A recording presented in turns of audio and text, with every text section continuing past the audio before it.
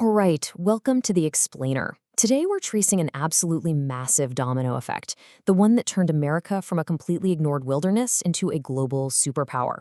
It is a journey packed with surprising twists, explosive expansion, and honestly, a whole lot of strategic real estate deals. So let's just start with this incredible piece of irony, right? The United States today is the wealthiest and most powerful country on Earth. But getting to that top spot, it was totally unexpected. In fact, for well over a century after most of North America was discovered, it was basically just ignored. Early explorers, especially the Spanish, who sent an expedition up there in 1539, they completely dismissed these northern lands. Why? Because they couldn't find any gold or silver. To them, it was just useless territory. Okay, so here's our roadmap for today. We're looking at 5 crucial dominoes that fell in order. 1. The discovery of the New World. 2. Freedom and a new constitution. 3. America's Western expansion.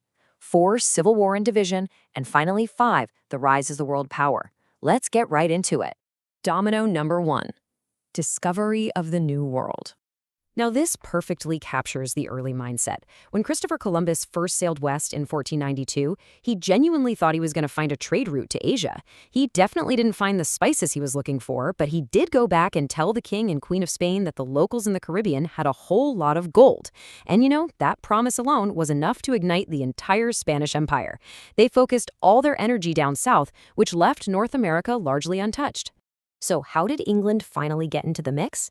Astonishingly, they waited nearly a century after Spain's initial explorations before even trying to colonize America.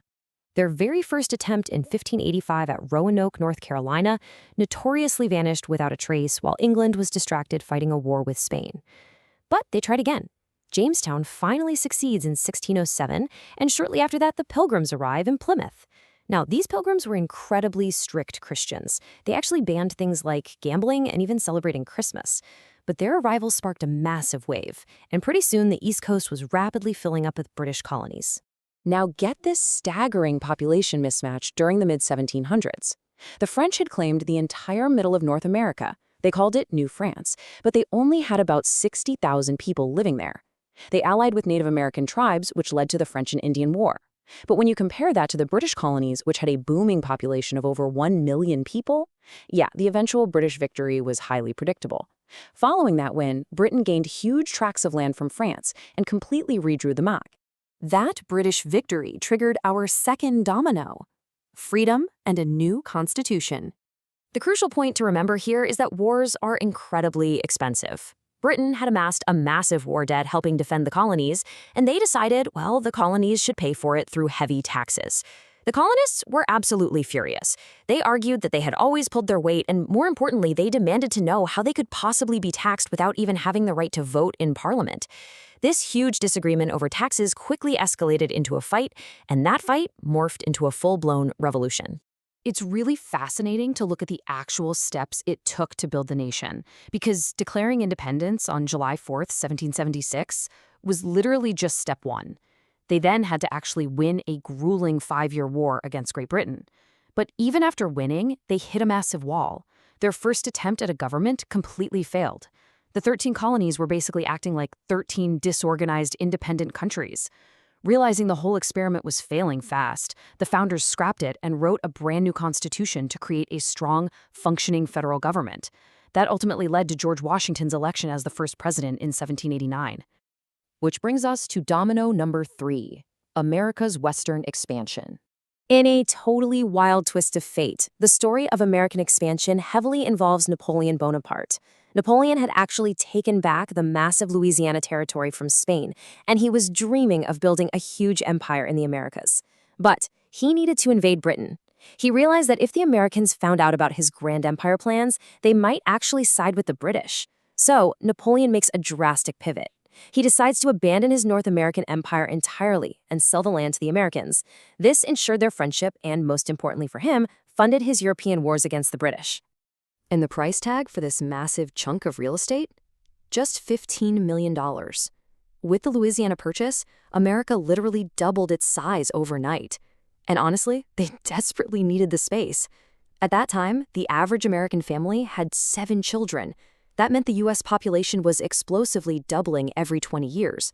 All those people needed somewhere to live, so they just began flooding westward into what they saw as unowned territory. However, we have to talk about the severe human cost of this rapid expansion. As settlers moved west, they obviously encountered Native Americans who had lived on that land for generations. In one historical account, when a Native American pointed out that these lands were their hunting grounds, a settler chillingly replied that they used to be. It's a quote that perfectly encapsulates the blatant force and the sense of entitlement that really characterized this entire era of westward expansion. And just look at how quickly the rest of the map filled in. In 1819, they bought Florida. By 1845, the independent Republic of Texas joined the U.S., which sparked a fierce war with Mexico. Upon winning that war, the U.S. paid $15 million to take over northern Mexico, and then just grabbed another slice 5 years later for $10 million. Paired with the Oregon Territory up north, America stretched all the way from coast to coast in just 50 lucky years. But hey, if expanding across an entire continent wasn't enough, the U.S. even expanded into the ocean. This brings us to the bizarre, but very real, Guano Islands Act. The rule was, if an American citizen found an uninhabited island covered in bird droppings, guano, which was highly priced back then for fertilizer, they could literally claim it as U.S. soil. Uncle Sam gladly accepted these islands, noting they could be incredibly useful as future military bases for global conflicts. But all that wealth and rapid expansion couldn't mask the internal fracturing, leading us to domino number 4, civil war and division. The absolute core of this fracture was slavery. The contrast was stark. In the northern states, slavery was illegal, and a growing number of people viewed it as a great evil that had to be stopped entirely. But down in the South, slavery was deeply entrenched. It was seen as a vital part of their agrarian economy. This was a simmering, deep-rooted issue the country had been dated and compromised on for decades, but it was finally about to reach a boiling point. And that tension boiled over with the election of Abraham Lincoln in 1860. The South feared he was going to abolish slavery entirely, which triggered the majority of slave states to secede and form their own country. This resulted in a massive, bloody civil war with absolutely devastating casualties. But ultimately, the North won, the slaves were freed, and the United States was reunited. Incredibly, though, immediately following this devastating war and the tragic assassination of President Lincoln, the government was right back to buying land.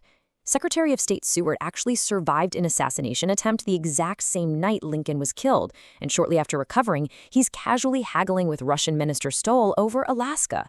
Stowell floated $7 million. Seward basically instantly agreed, and Stowell walked away wishing he had asked for more money. Just like that, another massive piece of land is added to the U.S. So, with the continent completely secured, the final domino falls. Number 5, the rise as a world power. For a long time, America had a strict policy of staying out of foreign affairs. But things changed really quickly. American businessmen had essentially taken over Hawaii, and while the U.S. was initially hesitant to abuse its power, they annexed the islands anyway, mostly because they feared rival powers like Germany or Japan would use them as a military base. Then, over in Cuba, tensions surrounding their fight for independence from Spain peaked in 1898 when a mysterious explosion sank a U.S. warship. The U.S. declared war, rapidly defeated Spain, and took control of Cuba, Puerto Rico, and the Philippines. Ironically, this effectively ended the very Spanish empire that Columbus had started centuries earlier. Following another tragic assassination, the young, energetic Theodore Roosevelt unexpectedly became president. And he brought a very bold, aggressive posture to global politics. He desperately wanted to build a canal in Central America. When Colombia suddenly backed out of a deal and demanded more money, Roosevelt simply turned to the region of Panama, threw U.S. military support behind their revolution, and struck a sweetheart canal deal with the newly independent Panama instead. Under Roosevelt, the U.S. also built the world's second-largest navy. By 1914, they completed that Panama Canal, which allowed their massive, powerful new navy to move swiftly between the Atlantic and Pacific Oceans. Right as World War I was beginning over in Europe, the United States had undeniably transformed into a true global superpower. So, looking back at this 423-year journey, from a wilderness that was completely ignored by early explorers just because it lacked gold, through an era of rapid, aggressive expansion, all the way to global empire building, we want to leave you with a final provocative thought. When we look at America's role in the world today, constantly balancing its domestic focus with its international influence, what do you think? Should America mind its own business or its interests? Think about it. Thank you for joining me on this explainer. Keep questioning and keep learning.